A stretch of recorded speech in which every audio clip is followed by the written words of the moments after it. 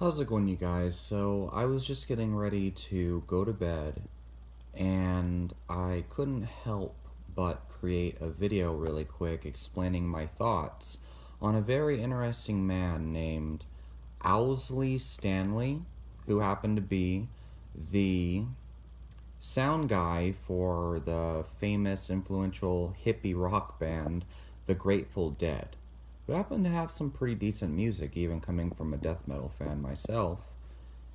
Um, and he was also one of the world's leading chemists, and he was responsible for um, basically like producing the drug known as LSD or acid. And he was one of the world's like first major LSD creators or something like that, as well as being the sound guy for the Grateful Dead. The interesting thing about this guy, besides the fact that he was tripping on acid all the time and, smoking DMT and smoking weed and things like that, which, by the way, I'm not, I personally don't do, and I wouldn't recommend people do it personally, but I'm not really against people who choose to do those things because there's many different reasons behind that. But I don't advocate it. But anyway, um, so the guy also happened to have been on an all meat carnivore diet for 50 years of his life. Well, for over 50 years. Apparently, from his early 20s all the way until he died from a car accident when he was 76, I believe. He was on an all meat diet. Now, it's really crazy because he had actually developed throat cancer towards the end of his 60s, like when in his late 60s. So he had already been on an all meat diet for over 40 years at that point. And he developed throat cancer. And the crazy thing is, doctors told him he was going to die. Like people usually die in months after being diagnosed with throat cancer, but somehow he managed to survive for what, like 8 years. And instead of dying from the throat cancer, he ended up dying from a car accident, which is pretty insane if you think about it. Now the question would be, why did this guy develop cancer? Was it the meat? Obviously, all the vegans would try to say it's the meat. But here's the thing. So personally, I've never done any of those drugs in my life besides smoke marijuana like, a couple times in my entire life, which is horrible for me. For some reason, I trip out. It's crazy. People say that it's not normal. I guess it's not, but it acted like a hallucinogen for me for some reason. That's why I don't smoke marijuana, But anyway, my girlfriend did LSD a couple times in her life, and she told me that it burns your throat really bad. Not to mention, I know from the research I've seen that smoking anything drastically increases your risk of mouth and throat cancer and lung cancer as well, especially if you're smoking something with toxic compounds such as, cigarettes. And I'm not saying tobacco is necessarily toxic, but I'm saying the additives that they add to cigarettes. On top of the fact that smoking can irritate the entire respiratory system from your lungs up to your throat and cause metabolic stress in those areas, which is a primary cause or contributing factor to cancer.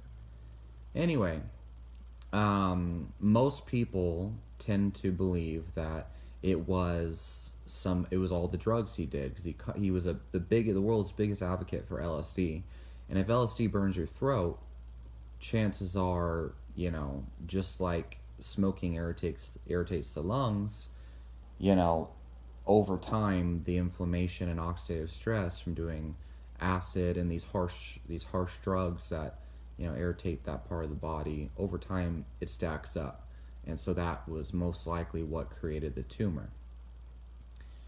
And, you'll see this with, many different cancer diagnoses. Like, for example, breast cancer.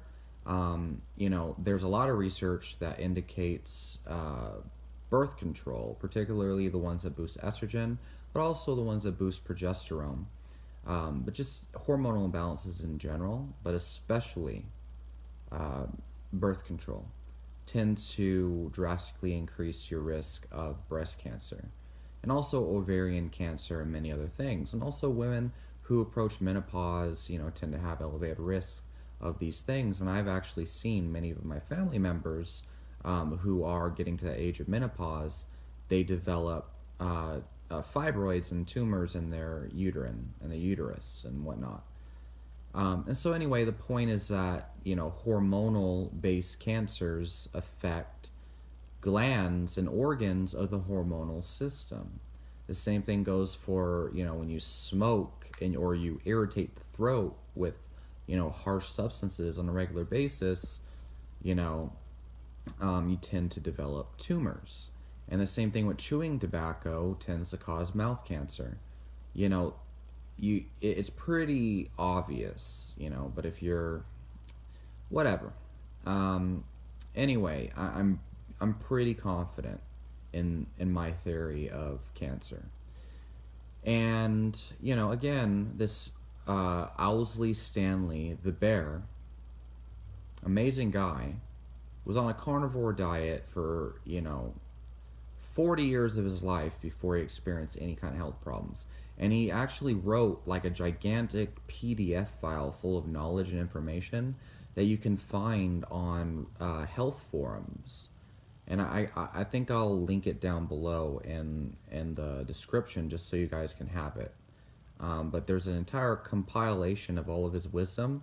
And the guy talks about just how healthy he became and how everyone else around him was always sick and how strong he's became and all of his theories on why it works so well and how he became like this super athlete without even trying.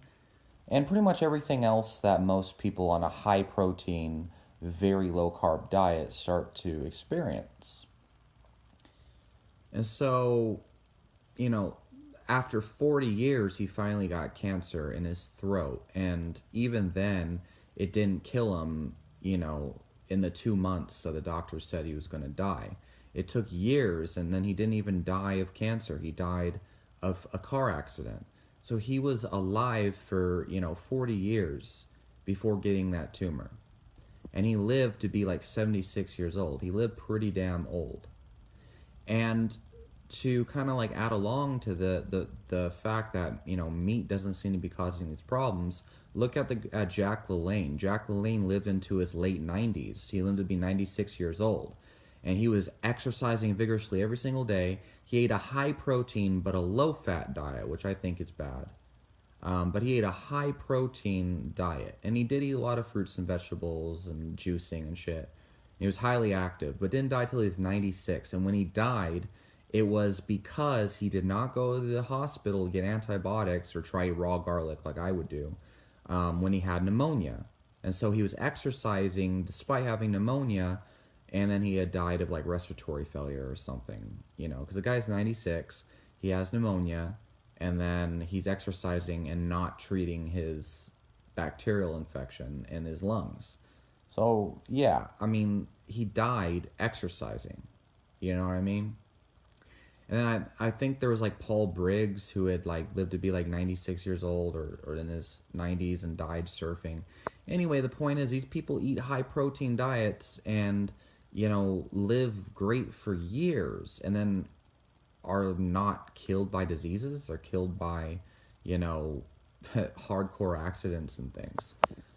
And then of course you have like the Hong Kong population who eat the highest red meat consumption in the world, and Japanese and Chinese eat the most fish in the world, and yet they have the longest lifespan. And you say, oh, like it's correlation doesn't equal causation. Anyway, so the bear, I'm just saying, motherfucker lived to be very, very old. And he died because of a car accident. And the acid caused his cancer. So, yeah.